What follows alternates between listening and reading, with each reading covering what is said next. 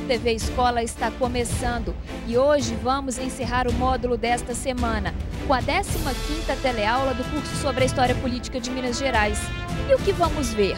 Os primeiros 20 anos turbulentos da Jovem República, os conflitos entre intelectuais, movimento operário e militares, sentimentos que marcavam o mundo inteiro, gerando a Primeira Guerra Mundial.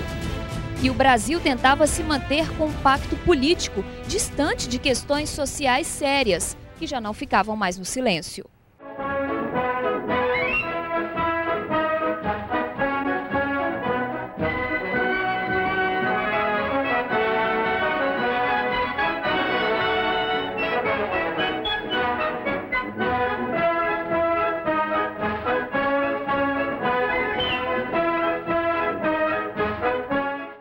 Nossa, hoje eu estou atrasado, viu? E não posso perder a teleaula de hoje, que vai falar sobre movimentos importantes como a Revolução de Canudos e a Revolução de 1930.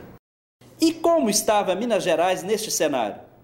Estava vivenciando o pacto político, lembra? Que falamos na última teleaula que você queria saber como funcionava? Então, vamos recordar do que se trata. A Constituição de 1891 criou a Comissão de Verificação de Poderes para o reconhecimento dos diplomas dos eleitos na Câmara dos Deputados. Chefiada pelo presidente da Câmara, Campos Salles inova a modificar o regimento. Como assim? Inovou em quê? Veja bem, ao invés de caber a presidência da mesa diretora de cada legislatura ao deputado mais velho, um critério aleatório e sem garantia de ser um aliado, e este nomear seus pares, a Comissão de Verificação de Poderes passa a ser presidida e nomeada pelo presidente anterior da Câmara dos Deputados. O presidente da República teria uma certa garantia de que essa comissão só reconheceria os diplomas eleitorais de deputados leais ao presidente da República e leais aos presidentes de Estado. Essa comissão era, em realidade, uma guilhotina ou degola para a oposição e garantia a escolha dos candidatos fiéis e aliados aos governadores. O que é que você acha deste modelo para eliminar a oposição?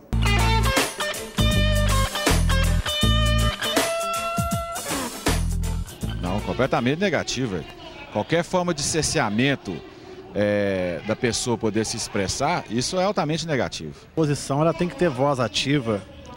A partir do momento que você coloca uma mordaça, né, até mesmo como forma de esclarecimento do que está acontecendo, fica uma coisa muito assim obscura. A democracia pede que seja livre, é o poder para o povo, né? E como são representantes do povo, eu acho que não deve haver limitação de manifestação. Se eles não puderem falar por nós, o que será da gente? Gostando ou não, a articulação deste modelo de degola, que durou até a Revolução de 30, passava pela lista fechada, definida pela executiva do Partido Único, a poderosíssima Tarasca, chegando a ganhar um slogan: fora do PRM não há salvação. O parlamentar de oposição não entrava no parlamento. Os que mandavam na política regional tinham o poder de definir quem ia ou não participar do jogo político. Com isto, há uma política de reconhecimento dos senhores locais, tendo como contrapartida a independência do presidente para fazer a sua política econômica e administrativa. A presidência da Primeira República não era uma presidência de fachada, apenas a serviço dos interesses agrários. O presidente tinha carta branca para a negociação internacional, para fazer uma política deflacionária e para intervir na política cambial, contrariando os interesses cafeeiros imediatos. Poderia permanecer assim, independente dos interesses locais do antigo mundo provincial. Só no governo Arthur Bernardes, de 1918 a 1922, haveria um esvaziamento do poder dos antigos membros da Tarasca, com a renovação dos quadros do PRM e a concentração do poder de decisão no executivo do Estado e não mais no partido. Ah, agora entendi duas coisas. Foi bem aqui que o presidente do Estado de Minas Gerais passou a ter uma ação forte com o federalismo. E também porque que o professor deste curso pede para a gente refletir se isto ainda repercute hoje. O que é que você acha?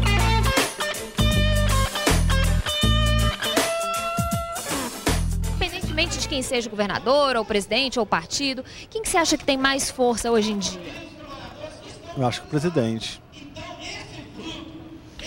Está no âmbito federal, né? Eu acho que o poder dele é mais abrangente. O governador tem força local.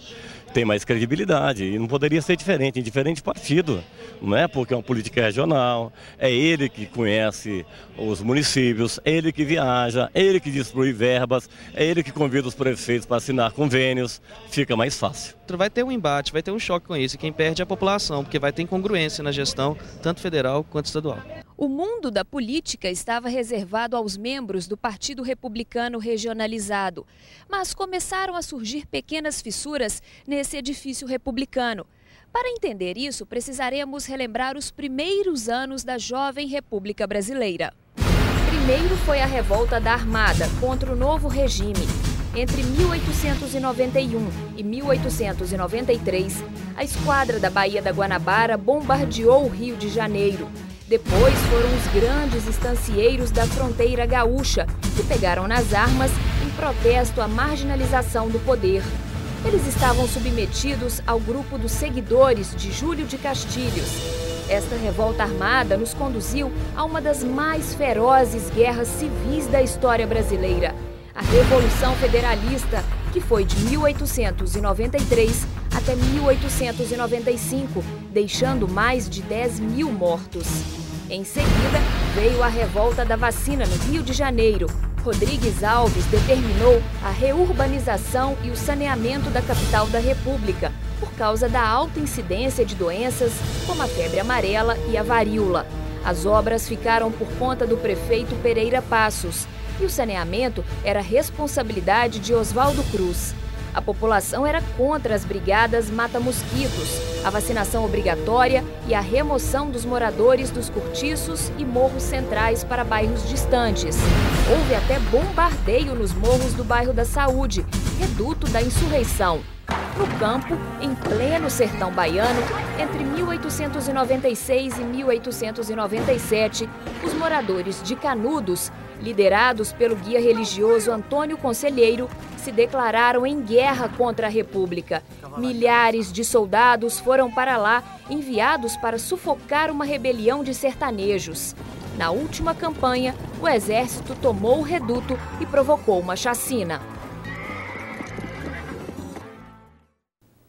Canudos foi um dos movimentos sociais mais importantes da história do Brasil, não por representar um bando de fanáticos religiosos pedindo a volta da monarquia, mas pelo fato de os seguidores do Conselheiro contestarem o Exército Nacional, a principal instituição fundadora da República e segunda em presença em todo o território brasileiro depois da Igreja Católica. A repercussão dos escritos de Euclides da Cunha sobre Canudos demonstrava aos republicanos que a derrota do exército constituiria sua desmoralização completa e um sinal de força remanescente da monarquia.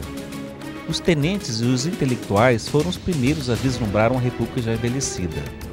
Depois de 20 anos, a República dos Estados Unidos do Brasil já não era mais a República dos Sonhos, como se dizia à época. Era preciso, então, radicalizar os sonhos de poder. Eram tempos de profundas transformações.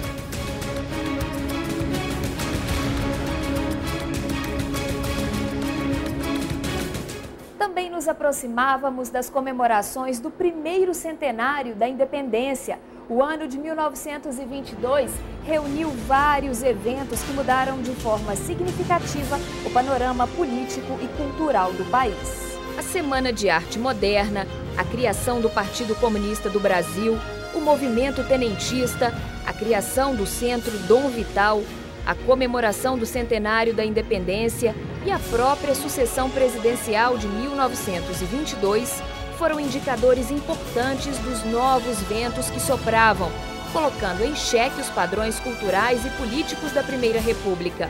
Mas, de novo, os militares reivindicavam o poder. Em plena Copacabana, os 18 do Forte estavam com fuzis na mão. No sertão, era a Coluna Prestes, movimento que tinha na liderança Luiz Carlos Prestes e Miguel Costa. São tenentes e servidores do Estado, membros da incipiente classe média. Daí a indignação que os acompanha, pois perderam a paciência com a política oligarca e com a disputa de facções pela democracia representativa liberal. Não viam saída a não ser fazer a revolução no Brasil, tentar outro modelo, criar um novo momento. Eles se sentiam livres devido ao seu soldo e tinham a legitimidade do cargo.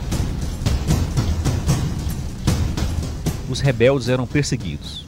Mas os oficiais da ativa desfrutavam das benesses de pertencer a um esprit de corps sem precedentes. Os tenentes querem alcançar o leme do barco, acabar com as intrigas das facções estaduais, fortalecer o espírito nacional e alcançar o progresso, mas foram vencidos no primeiro momento. As peculiaridades da comercialização e do financiamento não deixaram que Minas se firmasse como um complexo cafeeiro. Por isso, não tivemos uma grande imigração, nem uma industrialização capaz de sustentar o novo padrão de trabalho estrangeiro. Continuávamos participando do Pacto dos Governadores, mas agora de outra forma. Enquanto São Paulo tinha o dinheiro do café e da indústria, Minas era o estado com o maior número de eleitores. Ao promover o crescimento da renda interna, o comércio exportador do café criou no Brasil um mercado para produtos manufaturados. Impulsionou também o desenvolvimento de estradas de ferro e estimulou os investimentos em infraestrutura, o que, por sua vez, integrou e ampliou este mesmo mercado. Além disso, o café foi responsável pelo aumento da oferta de mão de obra ao estimular a imigração e introduziu no Brasil recursos em moeda estrangeira, que passaram a ser utilizados para importação de insumos e bens de capital destinados ao setor industrial. Aos imigrantes que chegavam era reservado o mundo do trabalho. Foi neste momento, com a desvalorização cambial e com a inflação corroendo a economia popular, que o movimento operário passa a pressionar por leis trabalhistas nunca antes pensadas, não foi? Foi sim. Os operários começam a reivindicar 8 horas de trabalho por dia, fim de demissões, melhores condições de trabalho, garantias mínimas nas relações de trabalho. Imagine isso tudo numa sociedade em que o fazendeiro ainda tratava o imigrante como escravo. Por consequência, o movimento operário só pode ser pensado nas cidades, onde a classe média já tem uma certa importância e é formadora de opinião. Assim, verifica-se a complexidade e a importância da questão da participação política com o sufrágio universal já na Primeira República, contrapondo-se à estreiteza e à dificuldade da utilização dos mecanismos formais da representação políticas circunscritos aos partidos regionalizados e sob controle oligárquico. Pode-se dizer que a questão social só começaria a ganhar repercussão e espaço nesta época? É quase isso. A questão social no Brasil continuava a ser tratada como um caso de polícia, mas um novo sentimento perpassava o mundo inteiro. Desde o fim da Primeira Guerra e depois de 1917, com a Revolução Russa, ponto de referência extremamente importante para que o capitalismo desse uma sacudida, temos opções no mundo ocidental ao modelo de governo de uma democracia liberal e representativa. De um lado, os comunistas com os sovietes e de outro, os movimentos que pregavam abertamente o fim do liberalismo e a intervenção do Estado na economia, como foram os movimentos fascistas e nazistas surgidos como contraponto ao comunismo e ao liberalismo. Assim, os militares brasileiros se sentiam amparados ideologicamente para ousar e fazer uma revolução. E uma revolução, como diria Napoleão Bonaparte, é uma opinião com baionetas. Mas estes são assuntos para nosso próximo módulo, o módulo 4, que começa na semana que vem. Até lá!